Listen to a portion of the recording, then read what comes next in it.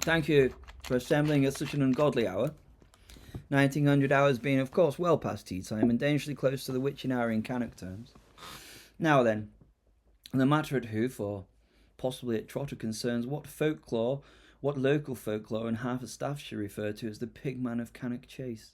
You may have heard the legends whispered around pub fires or printed in those regional tabloids that use, exclamation marks as punctuation and credibility enhancers. But tonight, you'll hear it from me, and unfortunately for you, I've seen the bloody file.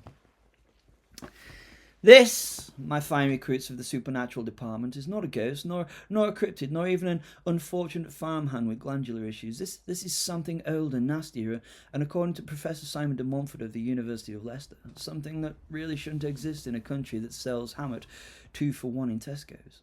But I'm afraid it does, and it's our job to find it. Let's start with a little background. The Swine That Walked Like a Man. Cannock Chase, for those unfamiliar, is a rolling bit of Staffordshire greenery known for its picturesque woods, disused mines, and its uncanny ability to make compasses forget their manners. It's a lovely place if you enjoy long walks, sudden chills, and the nagging sensation that the trees are gossiping about you. Now, the first reports of the Pigman date back to the 1940s, wartime Britain. A swineherd, one George Cartwright, was said to have lived alone on the chase, tending his pigs. Occasionally the worse for cider. One night, under a blackout sky, the villagers heard screaming. Not the ordinary kind, no. The sort that stretches your spine and makes milk curdle 2 villages over. The next morning, his hut was found empty. Their pigs were gone, and so, it seems, was George. Though some say he was found again later walking upright, wrapped in a coat of coarse bristles, squealing hymns in Latin. That, as you may imagine, rightly put a dampener on local morale. Now then, sightings of our porcine pal have continued for decades. Hikers report half-man, half-pig creatures lurking in the mist. Dog walkers return home with their pets traumatised and smelling faintly of bacon. Teenagers report guttural growls from the tree line, though to be fair, most of those teenagers are also consuming substances not yet approved by the Home Office. The Ministry's official position was a wild boar. The Ministry's unofficial position was, please don't ask, unless you want to start sleeping with the lights on. But the supernatural police department, our lot, has seen the tracks, the mutilations, and the symbols carved into tree bark, pig snouts in circles, triangles made of bones, the occasional apple bitten, but not eaten. And let me tell you, ladies and gentlemen, nothing human leaves teeth marks like that. Now, Professor Simon de Montfort, our resident scholar of the unpleasant and enthusiast of Tweed, believes that the Pigman is not merely a legend but a manifestation of a local curse. He traces it back to medieval times when the area was the site of the order of St. Wulfric's Abbey, famous for its experiments in what they called transubstantial penance. Translated into English, trying to make sinners holy by turning them into pigs, and apparently it didn't catch on.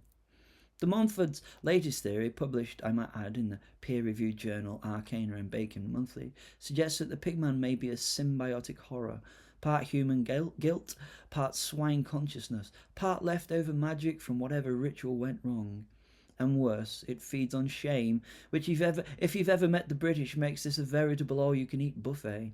Last week, a local farmer reported his livestock vanishing overnight, leaving only hoof prints and an overwhelming sense of regret. Rangers found a hollow in the forest filled with gnawed bones and trampled crosses. A scout group encountered what they described as a big pink man who grunted poetry. We lost radio contact with them for 3 hours. They came back with matching bite marks on their Wellington boots.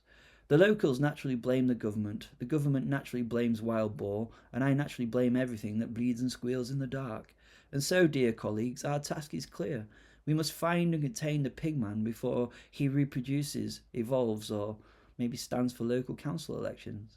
Professor de Montfort insists we form an expeditionary party. He also insists, for reasons I shall now painfully convey, that all volunteers must be vegan. Yes, you heard me correctly. Apparently, according to the ancient demonological texts, those who have consumed pork or bacon are spiritually marked, effectively seasoned, one might say, and thus highly appealing to porcine predators of metaphysical persuasion. In other words, my carnivorous comrades, the Pigman might not just see you as a threat, he might see you as lunch. So if you've had a fry-up this morning, I suggest taking a step back or several, maybe possibly get to Scotland. Volunteers will report to Hangar 3 at 2200 hours for field issue. Torches, consecrated salt, and a small packet of oat biscuits, courtesy of the vegan requisition officer. We'll deploy to Cannock Chase at first light.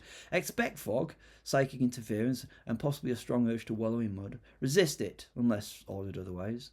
If you encounter the Pigman, do not under any circumstances attempt to engage in conversation, negotiation, or animal impressions. If he grunts, run. If he speaks, pray. If he offers you an apple, shoot the apple, then yourself, and then him if necessary. Ladies and gentlemen, this isn't just a hunt, it's a test of courage, of conviction, and of digestive restraint. We are facing something that may once have been human, but is now something else. Something born from the places where human cruelty and magic overlap. So I say this to you. If you go into the woods tomorrow, go lightly, go kindly, and for heaven's sake, you have to go meat-free. Volunteers, please step forward. Everyone else, put the kettle on. We're going to need a lot of tea.